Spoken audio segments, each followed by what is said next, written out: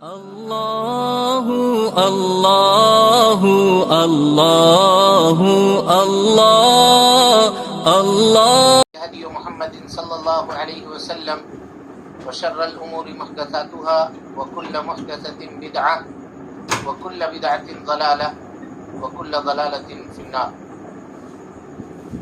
محترم حاضرین، سامعین و سامعات، ناظرین و ناظرات، اصول ثلاثہ کے اس درس میں آپ تمام حضرات کا خیر مقدم ہے.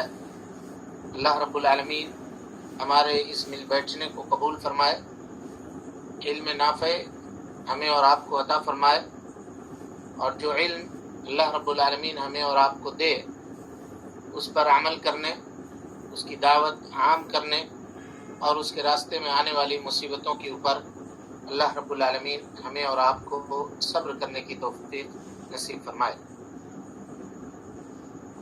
آواز صاف ہے میری؟ کلیئر ہے؟ جی کل کے درس میں آپ کے سامنے ایمان باللہ کے تعلق سے گفتگو کی گئی تھی، اور یہ بتایا گیا تھا کہ ایمان باللہ سے کیا مراد ہے. اللہ رب العالمین کے اسماء اور صفات کے تعلق سے بندے سے اللہ رب العالمین کس طرح کا ایمان چاہتا ہے اور کیسا ایمان مطلوب ہے. یہ گفتگو آپ کے سامنے مکمل ہو گئی تھی. یہ پہلا رکن تھا ایمان کا. نبی صلی اللہ علیہ وسلم نے فرمایا، جب آپ سے پوچھا گیا ایمان کیا ہے تو آپ نے کہا ان تؤمن باللہ، اللہ کے اوپر ایمان لاؤ. اس کے بعد دوسرا رکن جو ہے ایمان کا، وہ دوسرا رکن ہے وملائکتہ، یعنی ان تؤمن بملائکتہ. ایمان لانے والے کے اوپر یہ واجب ہے، ضروری ہے کہ وہ اللہ رب العالمین کے فرشتوں کے اوپر ایمان لائے. اور یہ ایمان کے ارکان میں سے دوسرے نمبر کا رکن ہے.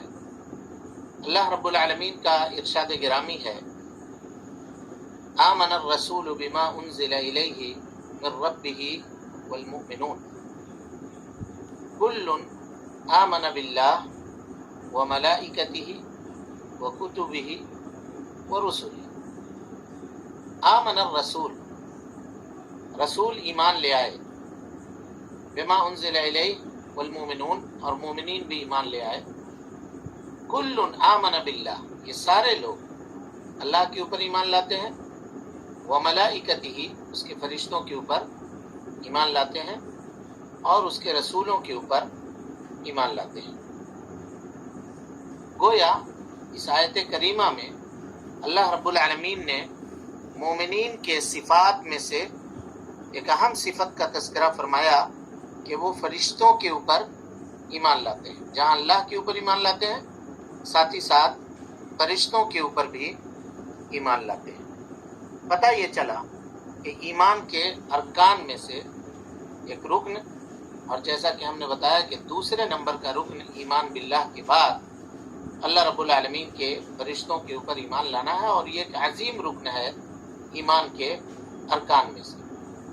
اگر کوئی آدمی فرشتوں کے اوپر ایمان نہیں لاتا، یا فرشتوں میں سے بعض فرشتوں کے اوپر ایمان نہیں لاتا، بعض کے اوپر لاتا ہے بعض کے اوپر نہیں لاتا، یا سرے سے فرشتوں کا انکار کرتا ہے، تو وہ کفر کرتا ہے، وہ شخص کافر ہے. مثال کے طور پہ اگر کوئی آدمی یہ کہے کہ ہم جبرائیل پر ایمان نہیں لاتے، جبرائیل نام کی کوئی چیز نہیں ہے، ہم ان کے اوپر ایمان نہیں لاتے، تو یہ کفر ہے. جیسا کہ بعض لوگ آج کی اس دنیا میں بھی، آج کے اس دور میں بھی یہ خیال کرتے ہیں، ان کا یہ گمان ہے کہ فرشتے یہ اللہ رب العالمین کے کوئی مخلوق نہیں ہے، بلکہ یہ خیال ہے. فرشتے کیا ہیں؟ ایک خیال ہے، کوئی حقیقی بات نہیں ہے، یہ کہتے ہیں لوگ. ایسا کہنا، جو آدمی یہ کہتا ہے کہ فرشتے خیال ہیں، حقیقت میں ان کا کوئی وجود نہیں ہے، ایسا کہنا یہ کفر ہے. دلیل اس کی اللہ رب العالمین قرآن مجید میں فرماتا ہے وَمَنْ يَكْفُرْ بِاللَّهِ وملائکتہ وکتبہ ورسلہ والیوم الآخر فقد ضل ضلالا بعیدا۔ ومن یکفر باللہ، جو اللہ رب العالمین کا انکار کرے، وملائکتہ، اس کے فرشتوں کا انکار کرے، ورسلہ، اس کے رسولوں کا انکار کرے، وکتبہ، اس کی کتابوں کا انکار کرے، وکتبہ ورسلہ، فقد ضل، والیوم الآخر، اور یوم آخرت کا انکار کرے تو فقد ضل ضلالا بعیدا، وہ دور کی گمراہی کے اندر نکل گیا ہوا۔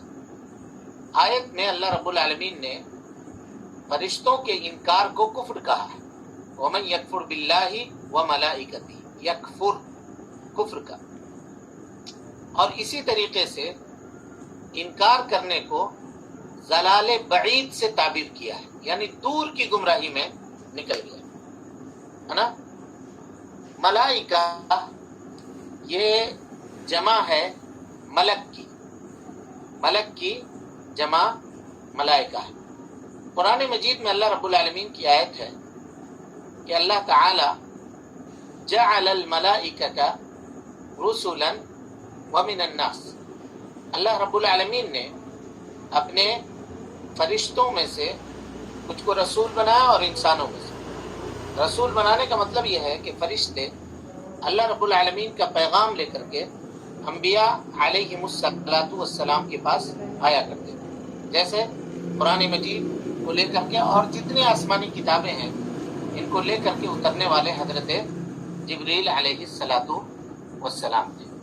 یہاں سے فرشتوں کا نام ملائکہ لیا گیا قرآن مجید کے اس آیت سے کہ ان کو، اس مخلوق کو ملائکہ کہا جاتا ہے۔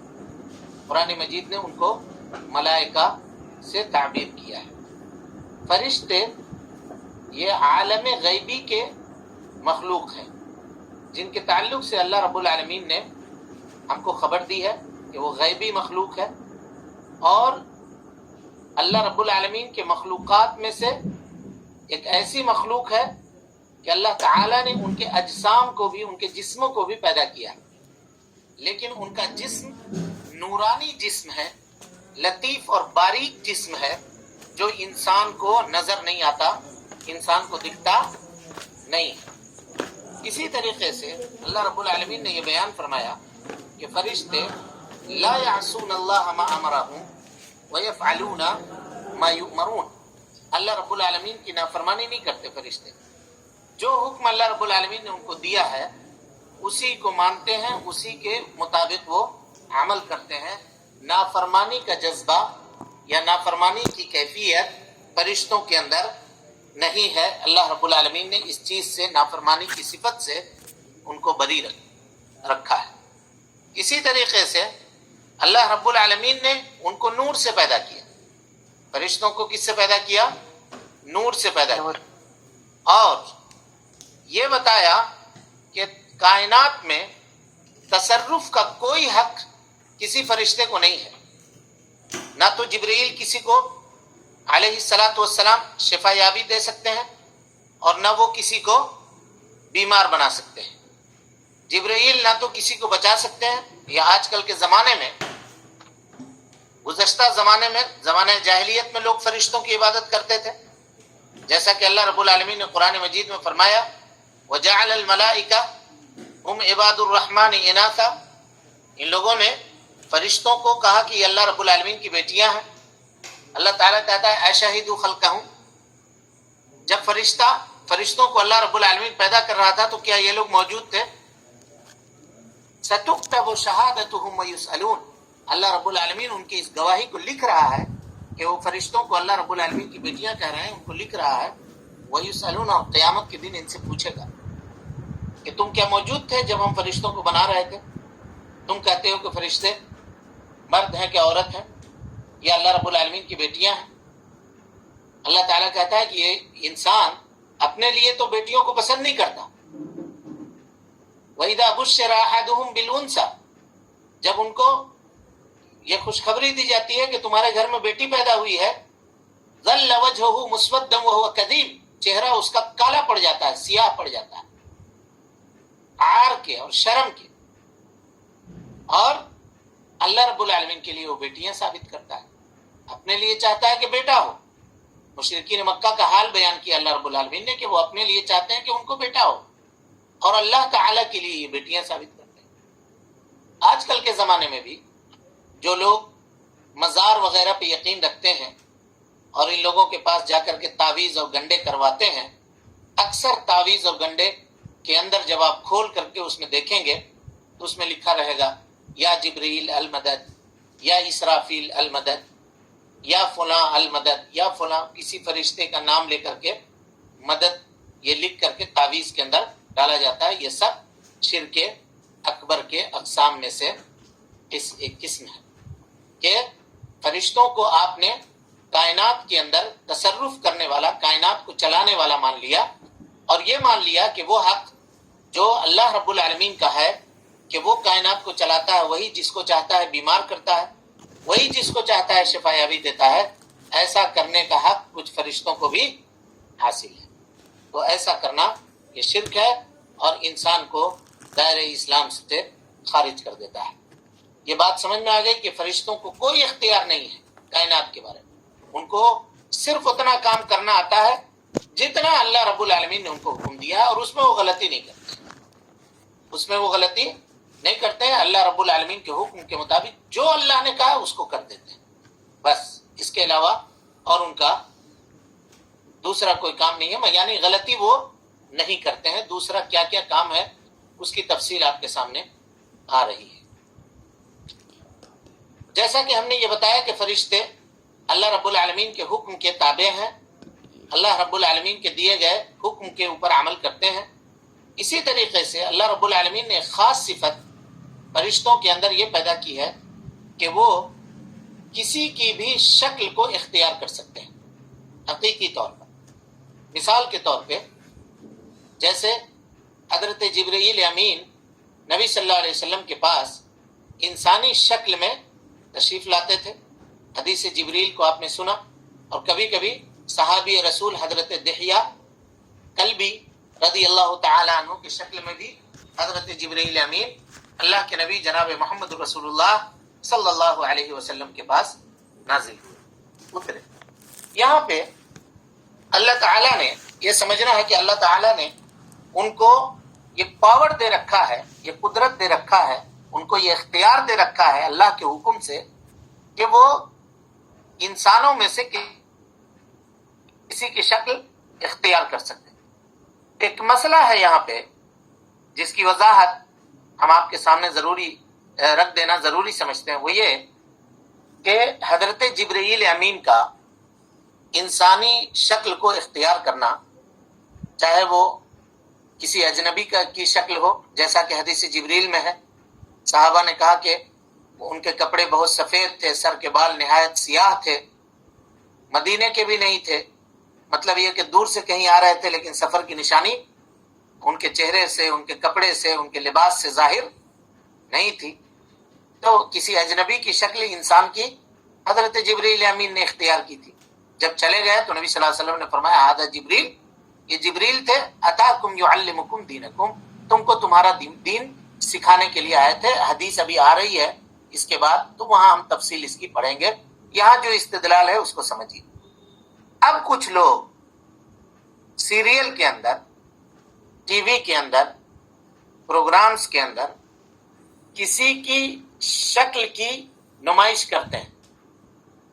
مثال کے طور پہ نعوذ باللہ من ذالک، کوئی سیریل بناتا ہے، اس میں کسی آدمی کو بنا دیتا ہے کہ یہ بلال حبشی ہیں، اذان دے رہے ہیں کھڑے ہو کر. اسی طریقے سے کسی کو بنا دیتا ہے کہ یہ ابو بکر صدیق ہیں، کسی کو بنا دیتا ہے کہ یہ عمر ابن خطاب ہیں. سمجھ میں آ رہی بات؟ کیا کہتے ہیں؟ ایسا کرنے کو کیا کہتے ہیں؟ جائز نہیں ہے. نہیں، جائز ناجائز تو ہے، لیکن کیا کہتے ہیں کہ ہم رول ادا کریں کسی دوسرے کا. جی، اس کو کیا کہتے ہیں؟ Role play. ایکٹنگ. ہاں جی کامران، ایکٹنگ. جی جی، ہے نا؟ تو کچھ لوگ یہ کہتے ہیں کہ ایکٹنگ کرنا یعنی کسی کے نام سے خود بن کر کے اس کی کارناموں کو ظاہر کرنا یا اپنے آپ کو وہ ثابت کر کے لوگوں کے سامنے پیش کرنا، جیسے ڈرامہ وغیرہ میں کرتے ہیں لوگ، یہ چیز جائز ہے. بلکہ معاملہ یہ اس حد تک پہنچ گیا کہ لوگ کہتے ہیں کہ اگر اس کا تعلق سیرت سے ہو، سیرت سے اس کا تعلق ہو یا کسی اور چیز سے اس کا تعلق ہو، تو ایسا کرنا عبادت ہے. ایسا کرنا کیا ہے جی؟ بولیے. نہیں سمجھا، پھر سے تھوڑا ایک بار. کہتے ہیں کہ مثال کے طور پہ جیسے سیریل بنایا کسی نے، ٹھیک ہے، اس کے اندر چند لوگوں کو، ابھی کے زمانے کے جو موجود لوگ ہیں، اسی میں سے کسی کا نام رکھ دیا کہ نعوذ باللہ یہ عمر ہے، یہ ابو بکر صدیق ہے، یہ بلال حبشی ہے، یہ فلاں ہے. کہتے ہیں کہ ایسا کرنا جائز نہیں بلکہ عبادت ہے، کیونکہ ہم لوگوں کے درمیان سیرت پہنچا رہے ہیں. جبکہ ایسا کرنا یعنی دوسرے کے نام سے جھوٹی ایکٹنگ کرنا حرام ہے، شریعت کے اندر ناجائز ہے. تو وہ لوگ عبادت کیسے کہتے ہیں؟ دلیل پکڑتے ہیں کہ جیسے حضرت جبریل علیہ السلام انسانوں کے شکل میں آتے تھے، یعنی اپنی اصلی شکل، اپنی اصلی بناوٹ چھوڑ کر کے دوسرے کی بناوٹ اختیار کرتے تھے، ویسا انسان بھی کر سکتا ہے، اور ایسا کرنا عبادت ہے. سمجھ میں آ رہی بات؟ جی اب آئی یا نہیں آئی؟ جی سر. جی ہم ہاں، تو کیا کہیے گا آپ؟ یہ استدلال درست ہے؟ نہیں ہے. نہیں، کیوں؟ کیونکہ وہ کسی اجنبی کا اختیار کیا. اجنبی کا اختیار کر رہے ہیں اور حقیقت میں وہ نہیں ہے. جبکہ جبرائیل علیہ السلام کا شکل اختیار کرنا حقیقی ہوتا تھا اور اللہ رب العالمین کے حکم سے ہوتا تھا. اس کو کس نے حکم دیا ہے؟ سمجھ میں آ رہی بات؟ یہ تو ٹھگتا ہے، لوگوں کو دھوکہ دیتا ہے. خود اپنے گھر میں بیٹھا ہوا ہے اور دکھ رہا ہے کہ میدان جنگ میں وہ تلوار چلا رہا ہے، لوگوں کو قتل کر رہا ہے، میدان فتح کر رہا ہے. سمجھ میں آ رہی بات؟ تو فرشتوں کا دوسروں کی شکل اختیار کرنا، انسانوں کی شکل اختیار کرنا، یہ کہا جائے گا کہ یہ استدلال باطل ہے، درست نہیں ہے. کیوں درست نہیں ہے؟ اس لیے درست نہیں ہے کہ فرشتوں کا انسانی شکل اختیار کرنا یہ اللہ رب العالمین کے حکم سے ہے، کہ اللہ تعالی نے ان کو یہ قدرت دی ہے کہ وہ دوسرے کی صورت اختیار کر سکیں حقیقی طور پر، جیسے جبریل انسان کی شکل اختیار کر کے آتے تھے. آج اگر کوئی یہ کہتا ہے کہ ہم ایکٹنگ کر رہے ہیں عمر کی، یعنی میں عمر ہوں، نعوذ باللہ من ذالک، اگر یہ کہے تو کیا وہ حقیقت میں عمر ہے جی؟ نہیں ہے سر. جھوٹ ہے، وہ کذب ہے، دھوکہ دھڑی ہے، غش ہے، دوسرے کو دھوکہ دینا ہے، اور یہ کرنا شریعت کے اندر جائز نہیں ہے. ایسا کرنے والا کیا ہے جی؟ جھوٹا ہے. ایسا کرنے والا جھوٹا ہے. سمجھ میں آ گئی بات؟ یعنی کوئی آدمی یہ استدلال، ابھی ہم نے آپ کو کہا نا کہ فرشتوں کو اللہ نے یہ قدرت دی ہے کہ وہ شکل اختیار کر سکتے ہیں. تو کوئی کبھی کسی کتاب میں یا کہیں سنیے گا کہ کوئی ایسا یہ کہے کہ نہیں، تب پھر ایکٹنگ کرنا بھی جائز ہے، دوسرے کی شکل میں آنا، دوسرے کی شکل و صورت بنا کر کے اس کے کارناموں کو پلے کر کے دکھانا یہ جائز ہے، تو کہیے گا کہ یہ استدلال غلط ہے. اللہ نے فرشتوں کو اس کا اختیار دیا ہے، تم کو کس نے حکم دیا ایسا کرنے کا؟ اور تم کیا حقیقت میں وہ کر رہے ہو؟ جبکہ وہ حقیقی ہوتا تھا، کیونکہ اللہ کے حکم سے ہوتا تھا، اور ان کو اتنی طاقت حاصل تھی. تمہارے پاس وہ طاقت حاصل نہیں ہے، تم فریب کر رہے ہو، فراڈ کر رہے ہو، جھوٹ کر رہے ہو. سمجھ میں آ گئی بات؟ جی. یہ بات بھی آپ کو سمجھ میں آ گئی کہ فرشتے کیا ہیں جی؟ اللہ رب العالمین کے مخلوق ہیں، اور جب وہ مخلوق ہیں تو ان کی عبادت بھی نہیں کی جا سکتی ہے. عبادت نہیں کی جا سکتی ہے، ان کی عبادت بھی نہیں کی جا سکتی ہے. غور سے سنیے گا جملے کو، اور ان کی طرف سے بھی عبادت نہیں کی جا سکتی. سمجھ میں آ گئی بات؟ فرشتوں کی عبادت نہیں کی جا سکتی ہے، اور فرشتوں کی طرف سے بھی عبادت نہیں کی جا سکتی ہے. جیسے ابھی ایک مثال دے رہا ہوں آپ کو. ابھی یہ بقرعید کا موسم آ رہا ہے نا،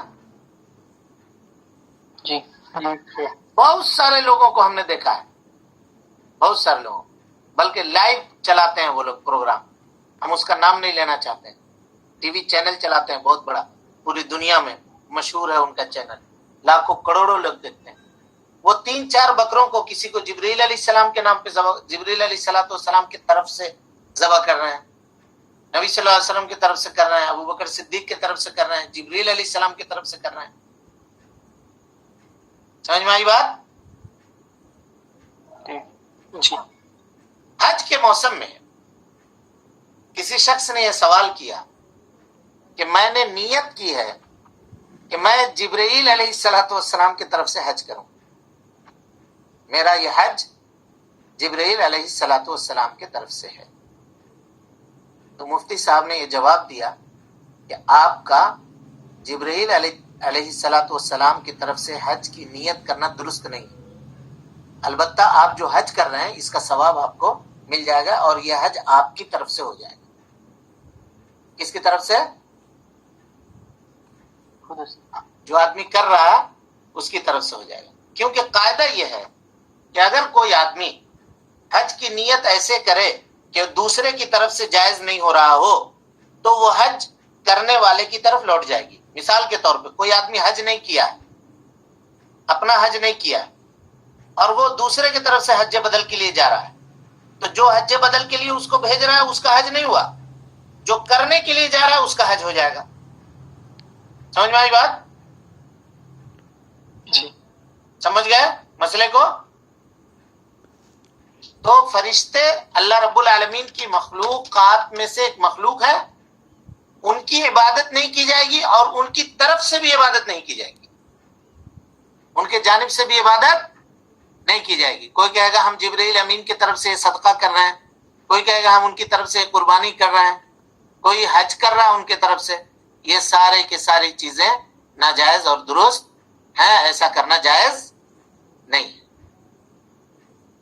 اچھا، اللہ کے نبی جناب محمد رسول اللہ صلی اللہ علیہ وسلم نے فرشتوں کے خلقت کی اصل کو بیان فرمایا اور یہ کہا کہ فرشتے جنوں سے مختلف ہیں. غور کیجئے گا، مسئلے کو سمجھیے. کیونکہ اللہ رب العالمین نے، اللہ کے نبی صلی اللہ علیہ وسلم نے انسانوں کی خلقت کی اصل بیان فرمائی، فرشتوں کی خلقت کی اصل بیان فرمائی، یعنی کس چیز سے پیدا کیے گئے، اور جنوں کی خلقت کی اصل بیان فرمائی. چنانچہ مسلم کی روایت ہے، اللہ کے نبی صلی اللہ علیہ وسلم نے فرمایا خلقت الملائکۃ من نور، اللہ نے فرشتوں کو نور سے پیدا کیا. وخلقت الجان من مارج من نار، اللہ رب العالمین نے جنوں کو دہکتے ہوئے آگ کے شعلوں سے پیدا فرمایا. وخلق آدم مما وصف لکم، آدم اس چیز سے پیدا کیے گئے جس کو تمہارے سامنے بیان کر دیا گیا ہے. تو حضرت آدم مٹی سے پیدا کیے گئے. تو انسان کی خلقت کی اصل الگ ہے، جنوں کے خلقت کی اصل الگ ہے، اور فرشتوں کے خلقت کی اصل، تخلیق کی اصل الگ ہے. اس سے یہ پتا چلا کہ ابلیس جو ہے وہ فرشتوں میں سے نہیں تھا، جیسا کہ اللہ رب العالمین نے اس کی وضاحت قرآن مجید میں کیا، کہا کان من الجن وَإِذْ قُلْنَا لِلْمَلَائِكَةِ اسْجُدُوا لِآدَمَ فَسَجَدُوا إِلَّا إِبْلِيسَ کان من الجن. ہم نے جب کہا فرشتوں کو کہ حضرت آدم علیہ السلام کے لیے سجدہ کرو، تو سارے کے سارے لوگوں نے، سارے کے سارے فرشتوں نے سجدہ کیا سوائے ابلیس کے. کان من الجن، اور ابلیس جنوں میں سے تھا. گویا ابلیس کی خلقت اور فرشتوں کی خلقت الگ الگ ہے. سمجھ میں آ گئی بات؟ ہاں. اسی طریقے سے فرشتوں کے ایمان میں یہ بات بھی داخل ہے کہ فرشتے کثیر تعداد میں ہیں، اور بہت اتنی کثیر تعداد ہے کہ ان کی صحیح عدد کا اندازہ اللہ رب العالمین کے علاوہ کوئی دوسرا نہیں کر سکتا کہ ان کی تعداد کتنی ہے۔ صحیحین میں معراج کے واقعے میں اللہ کے نبی صلی اللہ علیہ وسلم نے بیان فرمایا کہ اللہ کے نبی صلی اللہ علیہ وسلم گئے بیت المعمور کے پاس، بیت المعمور کے پاس فی السما، جو آسمان میں ہے۔ تو آپ صلی اللہ علیہ وسلم کو یہ بتایا گیا کہ وَأَنَّهُ يُصَلَّى فِيهِ كُلَّ يَوْمٍ، بیت المعمور میں ہر روز 70,000 ملک، 70,000 فرشتے نماز ادا کرتے ہیں بیت المعمور میں۔ اور جو ایک مرتبہ کر چکا نماز، آج پڑھ کر کے نکل گیا، تو پھر اب دوبارہ وہ لوٹ کر کے قیامت تک کبھی نہیں آئے گا، یعنی اس کی باری نہیں آئے گی پھر وہاں نماز پڑھنے کی۔ لا الہ الا اللہ۔ غور کیجئے کہ ان کی تعداد کتنی ہے۔ سمجھ میں آ گئی بات؟ تعداد کے تعلق سے ان کی تعداد کا صحیح اندازہ اللہ رب العالمین ہی لگا سکتا ہے، دوسرا کوئی نہیں لگا سکتا۔ صحیحین کی روایت معراج کے واقعے میں اللہ کے نبی صلی اللہ علیہ وسلم نے فرمایا کہ ہم بیت المعمور میں گئے، مجھ کو یہ بتایا گیا کہ یہ گھر ہے، یہاں 70,000 فرشتے نماز ادا کرتے ہیں ڈیلی، اور جب وہ نماز ادا کر کے لوٹ جاتے ہیں تو پھر قیامت تک ان کی باری وہاں نماز پڑھنے کی اور نہیں آئے گی۔ اب سوچ لیجیے، جب سے دنیا بنی ہے اور جب تک قائم رہے گی، ڈیلی 70,000 فرشتے اس میں نماز ادا کرتے ہیں۔ سمجھ میں آ گئی بات؟ اسی طریقے سے فرشتے حسن و جمال والے ہیں، خوبصورت ہیں۔ کیا ہے جی؟ خوبصورت ہیں۔ اللہ رب العالمین نے فرمایا کچھ فرشتے بدصورت بھی ہیں، وہ بری شکل میں برے لوگوں کے پاس آتے ہیں ان کے روح کو قبض کرنے کے لیے، لیکن فرشتوں کی اصل خلقت جو ہے عام طور پہ وہ حسن و جمال۔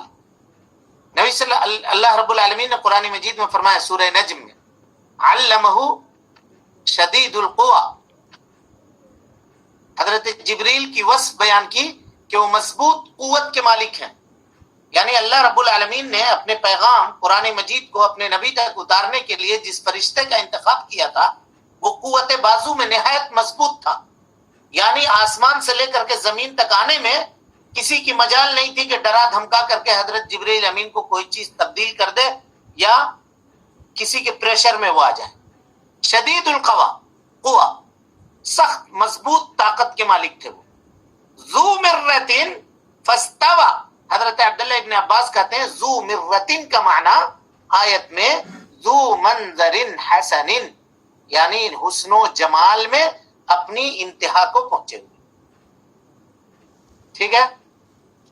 فرشتوں کی صفت میں سے ایک صفت یہ ہے کہ وہ حیا کرتے ہیں۔ فرشتے کیا کرتے ہیں جی؟ حیا کرتے ہیں، شرماتے ہیں۔ شرم کی کیفیت، حیا کی کیفیت ان کے اندر ہے۔ اللہ کے نبی صلی اللہ علیہ وسلم کی حدیث ہے، نبی صلی اللہ علیہ وسلم لیٹے ہوئے تھے ایک جگہ پہ، اور آپ کیا کی پنڈلی مبارک یہ کھلی ہوئی تھی، گھٹنا سے اوپر آپ کا کپڑا تھا۔ حضرت ابوبکر صدیق آئے، آپ نے کپڑا درست نہیں کیا۔ حضرت ابوبکر صدیق آئے، حضرت عمر ابن خطاب آئے، آپ نے کپڑا درست نہیں کیا۔ لیکن جیسے حضرت عثمان غنی آئے رضی اللہ عنہم اجمعین، تو اللہ کے نبی صلی اللہ علیہ وسلم سنبھل کے بیٹھ گئے اور اپنا حلیہ درست کر لیا۔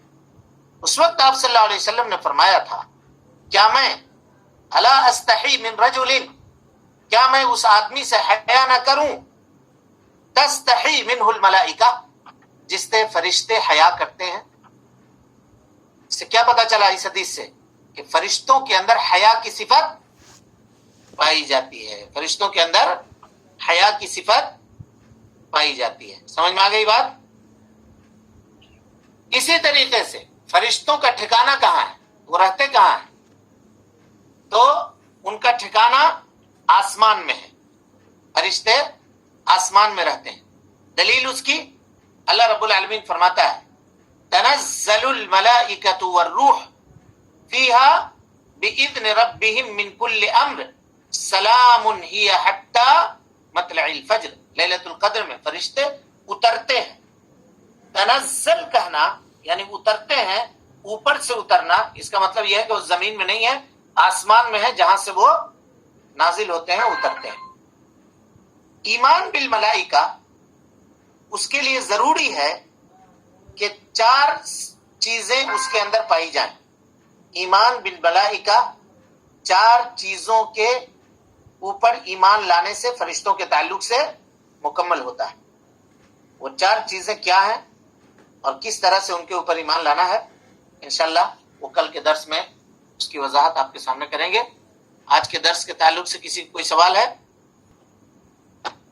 اللہ رب العالمین سے دعا ہے کہ اللہ تعالی ہمیں اور آپ کو سمجھ گئے. تو میٹر جتنا ابھی بیان ہوا اتنا سمجھ گئے تو سب سارے لوگ؟ جی الحمدللہ.